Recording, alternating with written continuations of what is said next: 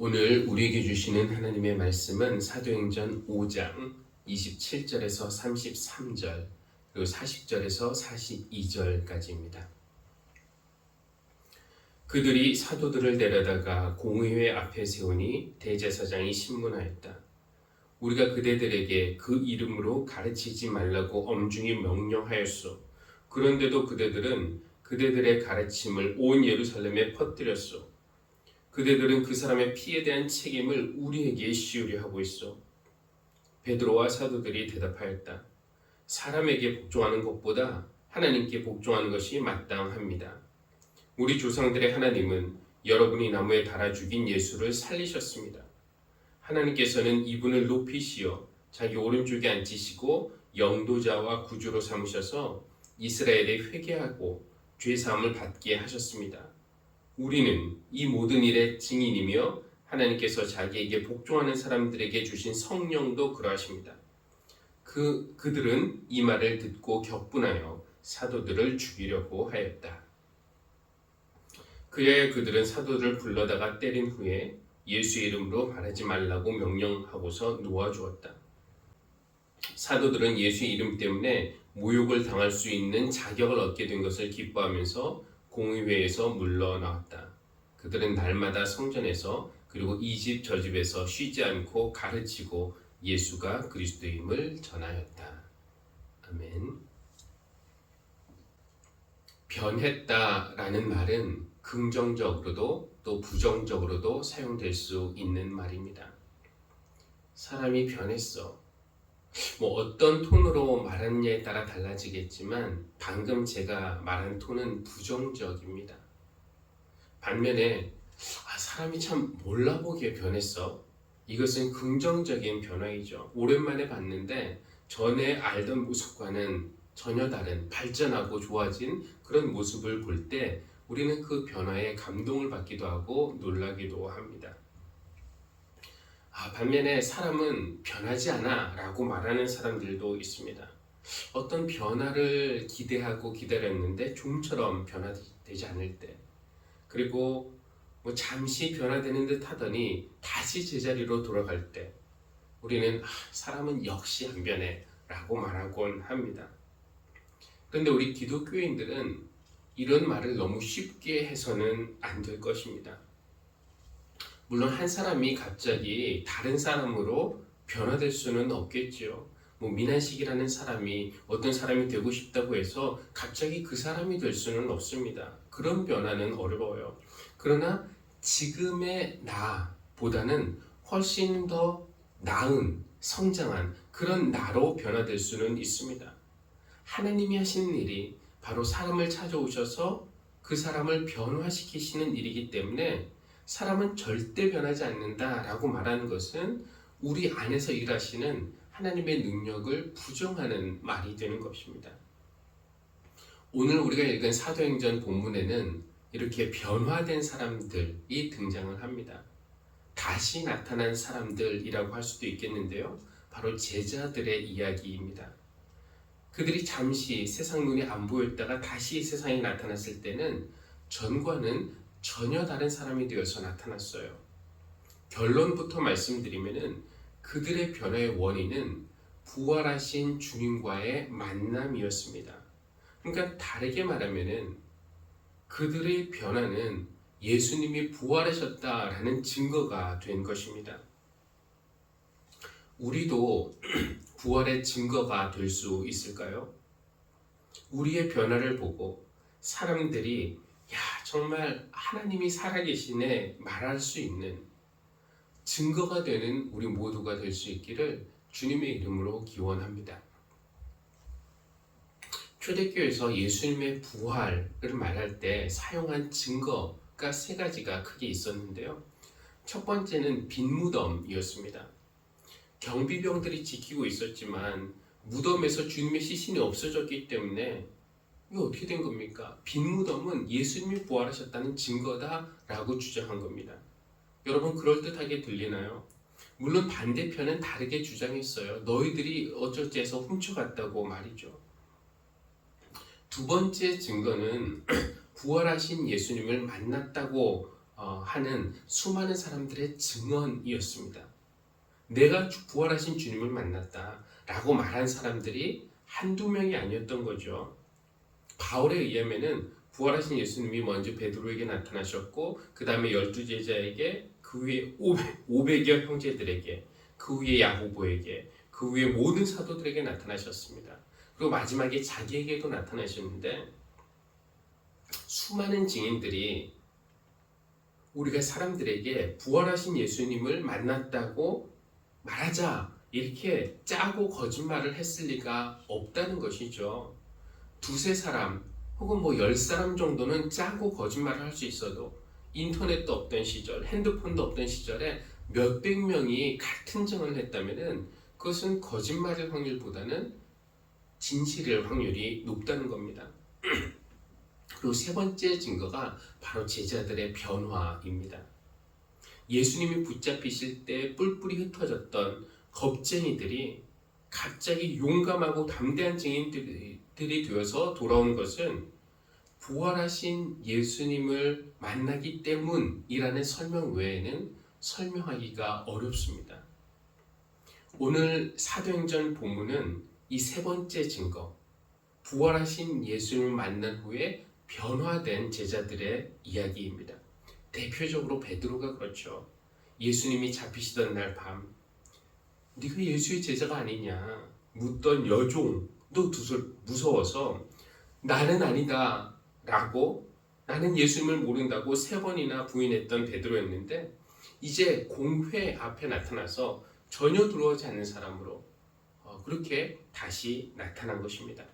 공회, 이 공회는 대제사장, 사두개인, 서기관 등 70명의 유력한 남성으로 구성된 당시 유대인들의 최고의 기관이었습니다.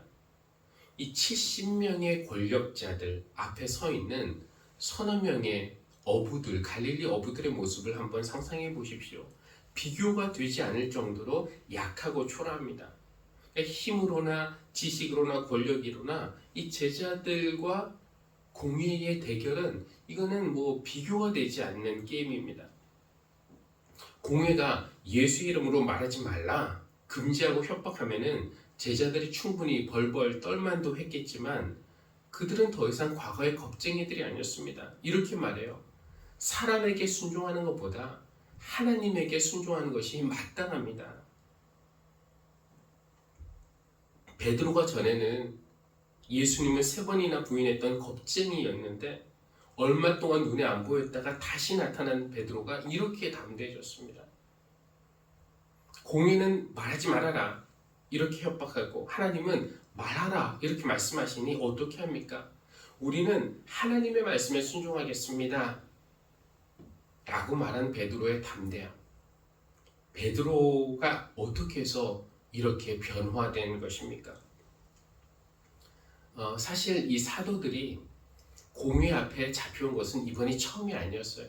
오늘 5장 말씀을 읽었는데 사도행전 4장에도 이 제자들이 공회에 끌려온 이야기가 나옵니다. 사도들이 예수의 이름으로 병자를 고쳤고 그리고 나사렛 예수가 하나님의 아들이라는 것. 그러나 사람들이 그를 빌라도에게 넘겨주어서 십자가에 죽게 했다는 것.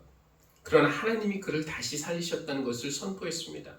게다가 설교를 듣고 있는 청중에게 이제라도 당신들이 회개하고 돌아오면 예수 그리스도를 믿으면 죄 사함을 받을 수 있다라고 말했고 그 결과 많은 사람들이 돌아오고 회개하고 세례받고 예수님을 믿게 되었는데 바로 이 일 때문에 공회는 위협을 느꼈던 거죠. 백성의 마음이 자기들을 떠나서 나사렛 예수와 제자들에게 옮겨지는 것을 보면서 시기에서 질투해서 제자들을 붙잡아 들인 것입니다. 나중에 공회가 어쩔 수 없이 사도들을 석방하긴 했는데 그냥 보낼 수는 없죠. 베드로와 요한에게 다시는 절대로 예수의 이름으로 말하지도 말고 가르치지도 말고 고치지도 말라고 엄중하게 경고했습니다. 그러나 제자들은 이 공회의 금지 명령에 아랑곳하지 않고 계속 예수의 이름으로 기도하고 교제하고 설교하고 전도하고 치유하는 일을 멈추지 않았던 거예요. 제자들이 이렇게 변화된 겁니다. 우리는 여기서 잠시 누가 예수님을 죽였는가에 대해서 한번 생각해 보려고 하는데요. 우리가 알듯이 예수님은 십자가에서 돌아가셨습니다. 십자가에서 예수님의 손과 발에 못을 박은 사람들은 로마 군인들이죠. 그러니까 1차적으로 예수님을 죽인 사람들은 로마 군인들이라고 말할 수 있습니다. 그러나 군인은 명령을 받아 수행만 했을 뿐 로마 군인들에게 그 책임을 물을 수는 없습니다. 그 명령을 내린 사람은 누구입니까? 본디오 빌라도. 그가 예수를 죽인 사람이라고 말할 수 있겠죠. 그래서 우리가 사도신경을 외울 때마다 빌라도는 예수를 죽인 죄인으로 지목이 됩니다.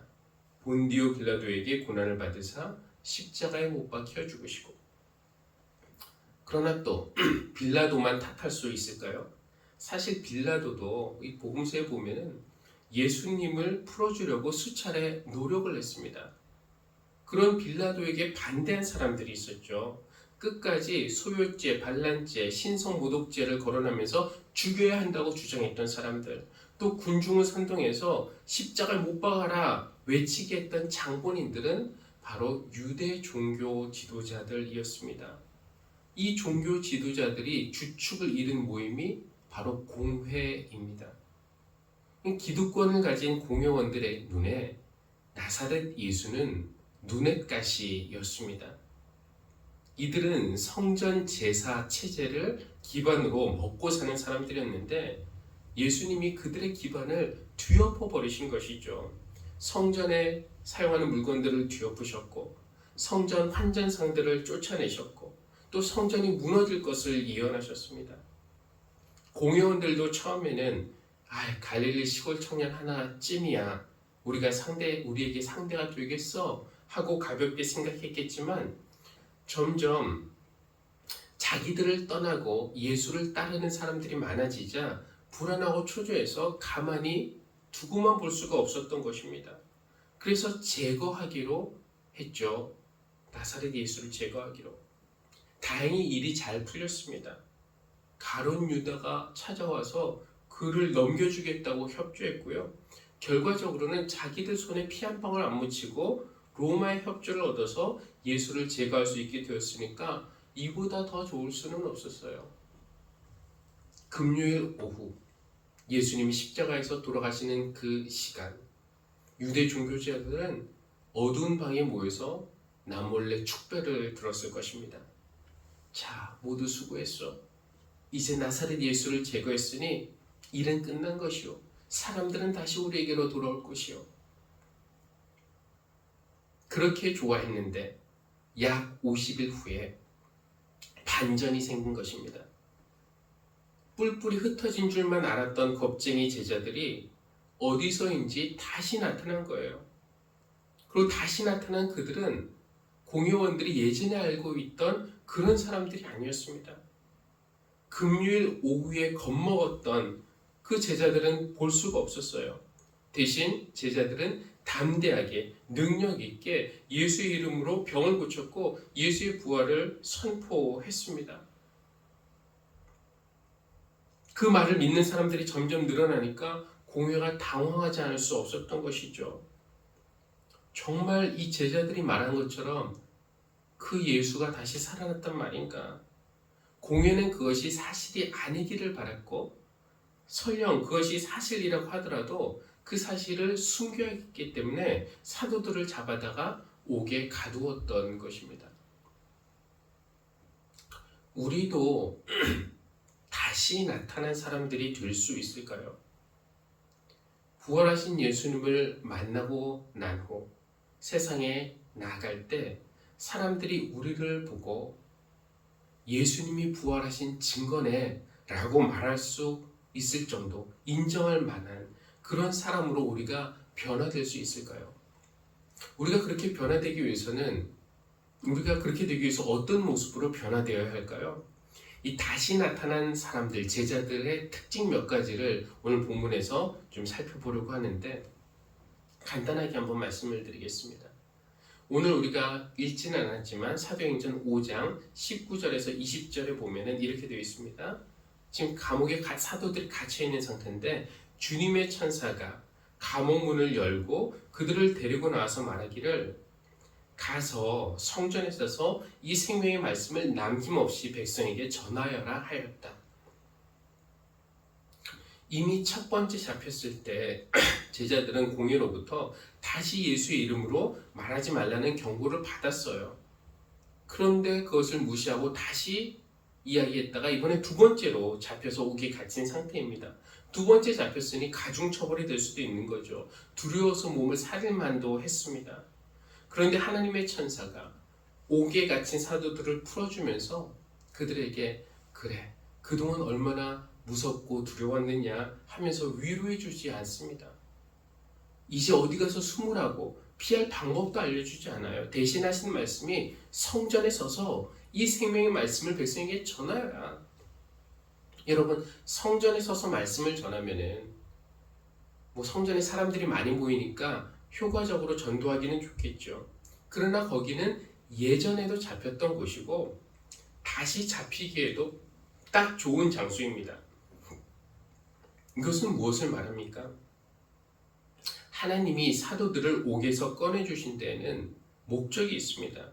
그것은 이 사도들의 안전과 평안을 보장해 주기 위해서가 아니라 부활하신 주님을 더 증거할 수 있도록 하기 위해서 감옥에서 꺼내주신 것입니다. 오늘 하나님께서 우리에게 은혜를 베푸셔서 죄에서 구원해 주신 데에도 같은 목적이 있습니다. 우리를 구원해 주신 목적은 나 한 사람 안전하고 편안하고 행복하게 살라고 나를 구원해 주신 것이 아니라 내가 누군가에게 생명의 말씀, 주님을 전하게 하도록 하기 위해서 우리를 구원해 주신 것입니다. 그러니까 우리가 다시 나타난 사람들이 되기 위해서는 이것을 기억해야 돼요. 우리의 삶의 목적은 나 혼자 구원받고 나 혼자 평안을 누리는 그런 데서 끝나는 것이 아니라 구원받고 생명의 말씀을 누군가에게 전하는 존재로 부름받았다는 것, 이것을 우리가 기억해야 할 것입니다. 두 번째, 하나님의 명령에 순종해서 사도들이 성전에 가서 복음을 전파했는데 그 내용이 무엇인가? 30절, 31절에 나와 있습니다. 하나님은 여러분이 나무에 달아 죽인 예수를 살리셨습니다. 하나님께서는 이 분을 구주로 삼으셔서 이스라엘이 회개를 하고 죄 사함을 받게 하셨습니다. 여기에 나무, 십자가라는 말이죠. 라는 말과 또 살리셨다, 부활이라는 말이 나와 있고요. 또 회개, 그리고 죄 사함이라는 말이 나와 있습니다. 이것이 우리가 전해야 하는 복음의 내용이자 핵심입니다. 그러니까 전도할 때 십자가만을 전해서는 안 됩니다. 희생해야 된다, 헌신해야 된다, 하나님의 미랄에 대해서 죽어야 된다. 이것은 너무 힘들어요. 그렇다고 십자가는 쏙 빼고 부활만 전해서는 안 됩니다. 좋을 것이다, 다 잘 될 것이다. 왜냐하면 희생 없는 영광은 공허하기 때문에 그렇습니다. 또 우리가 복음을 전할 때 회개만을 강조해서는 안 됩니다. 사랑 없이 정의만을 요구하다가 남을 정죄하는 회개하라 이렇게 정죄하는 수준에서 그칠 수도 있어요. 그렇다고 회개도 안 했는데 죄사함 받았다고 쉽게 선포해서도 안 됩니다. 진정한 회개도 없이 용서를 선포하는 것은 하나님의 은혜를 싸구려 은혜로 만드는 것이기 때문입니다. 십자가에서 죽으셨지만 부활하신 예수님, 회개를 요구하시면서도 기꺼이 용서하시는 은혜, 다시 나타난 사람들은 바로 그런 주님을 증거하는 사람들이에요. 이 말뜻은 무엇인가? 우리 삶의 희생, 십자가의 희생과 부활의 기쁨이 우리 삶에 공존해야 된다는 것이고, 또 내 삶에 정의와 용서가 실천되어야 한다는 그런 뜻입니다. 우리가 다시 나타난 사람들이 되기 위해서는 그래야 하는 것입니다. 세 번째, 우리가 길어서 이 본문 다 읽진 않았는데 중간에 가말리엘이라는 사람이 등장을 해요. 간단하게만 말씀을 드립니다. 가말리엘도 공회원 중에 한 명이었는데 공의의 우호적인 발언을 하는 것이 아니라 사도들에게 우호적인 발언을 합니다. 두 가지 역사적인 사실을 언급하면서 만약에 이 제자들이 가짜면은 우리가 난리치지 않아도 그들이 알아서 역사 속에서 사라질 것이고, 만약에 이들이 진짜라면은 우리가 그들을 대적하는 것은 곧 하나님을 대적하는 것이기 때문에 조심해야 한다라는 말로 공회원들을 설득을 했습니다. 결국 가말리엘의 중재로 사도들은 풀려나게 된 것이에요. 여기서 우리가 보게 되는 하나님은 어떤 하나님입니까? 가말리엘, 그는 우리 편이 아니라 상대편, 공회원 중에 한 명인데 하나님은 심지어 상대방을 통해서라도 우리가 이기도록 도우시는 분이시라는 겁니다. 변화된 모습으로 다시 나타나서 세상을 놀라게 할 사람들은 이 사실을 기억해야 합니다. 우리에게는 가장 불리한 상황도 역전시키셔서 우리를 위기에서 건져내시고 살 길을 열어주시는 하나님이 우리 곁에 계시다는 사실을 기억해야 합니다. 그래서 41절, 사도들은 예수의 이름 때문에 모욕을 당할 수 있는 자격을 얻게 된 것을 기뻐하면서 공의회에서 물러나왔다. 세상에 다시 나타난 제자들은 이 정도로 변화된 사람들이었습니다. 뿔뿔이 흩어졌던 겁쟁이에서 예수를 위해 모욕받는 자격을 얻게 된 것을 기쁘게 생각하는 사람들로, 그런 변화 자체가 그들이 부활하신 예수님을 만났다라는 증거가 아니면 무엇이겠습니까? 우리도 오늘 부활하신 주님을 만나고 세상으로 다시 보냄을 맡을 터인데, 세상이 볼 때 우리가 다시 나타난 사람들이 되기를 바랍니다. 내 삶의 목적이 나 혼자 구원받고 평안하고 행복하게 사는 데서 그치는 것이 아니라 생명의 말씀을 전하는 일에 부름받은 사람이 되었다는 것을 우리가 기억해야 할 것이고, 십자가와 부활의 복음이 내가 희생하는 모습과 또 기뻐하는 모습에서 나타나도록, 회개와 용서의 복음이 내가 맺는 관계에서 나타나도록 노력해야 할 것이고, 어떤 어려움 중에서도 우리를 승리하게 하시는 하나님이 늘 우리 곁에 계심을 기억하며 살아야 되는 것. 우리가 그런 믿음으로 살 때에 우리를 알던 가족들, 친구들, 지인들이 우리에게 말할 겁니다. 못 본 사이에 몰라보게 달라졌다고. 그 이유가 무엇인지 혹시 묻거든 내가 부활하신 예수님을 만났다고 증거할 수 있는 기회로 삼으시기를 바랍니다. 우리가 변화된 모습으로 세상에 다시 나타난 사람들이 될 수 있도록 부활의 주님이 오늘 여러분을 만나주시고 또 여러분 안에 거하시면서 더 나은 사람으로, 더 담대한 사람으로 변화시켜 주시기를 주님의 이름으로 기원합니다. 기도하시겠습니다. 하나님, 제자들이 부활하신 주님을 만나서 이렇게 변화된 것처럼 우리도 지금의 모습에서 훨씬 더 나은 모습으로, 더 담대하고 더 충만하고 더 지혜로운 모습으로 변화될 수 있을 줄 믿습니다. 부활하신 주님이 우리를 만나주시고 또 보내주신 성령님이 우리 안에 거하시기를 원합니다. 우리 안에 계시면서 우리를 새롭게 빚어주실 때 우리가 생명의 말씀을 전하는 일에 부름받았다는 것을 기억하게 하시고, 우리 삶에 십자가의 희생과 부활의 기쁨이 공존하게 하시고, 어떤 상황에서도 승리하게 하시는 하나님이 우리와 함께 계심을 잊지 않게 하여 주십시오. 우리가 부활하신 주님의 증거가 되게 하시기를 원하며 이 모든 말씀 예수님의 이름으로 기도합니다. 아멘.